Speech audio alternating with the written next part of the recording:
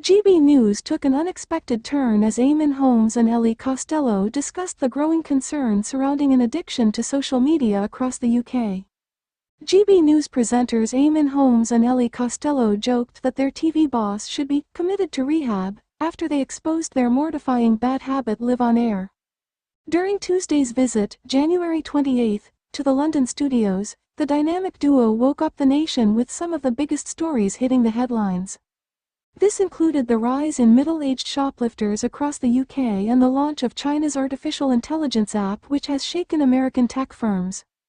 But one of the biggest stories causing a stir in the newsroom was the rise in Brits admitting themselves to rehab for an addiction to social media.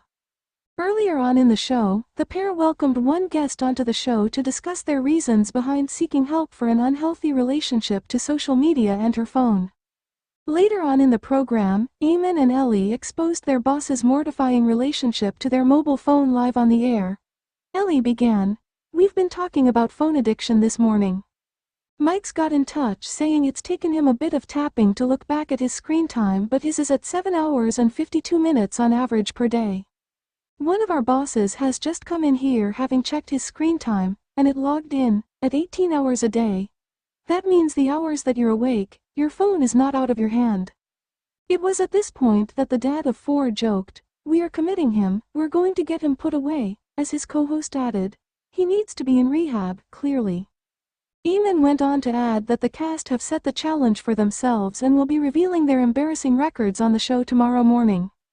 He continued, he needs to be in rehab for that, but we haven't seen our clocks yet, we'll know that tomorrow."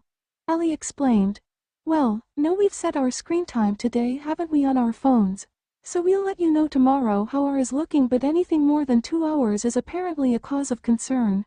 Fans will have to stay tuned to find out what their screen time records are later on in the week."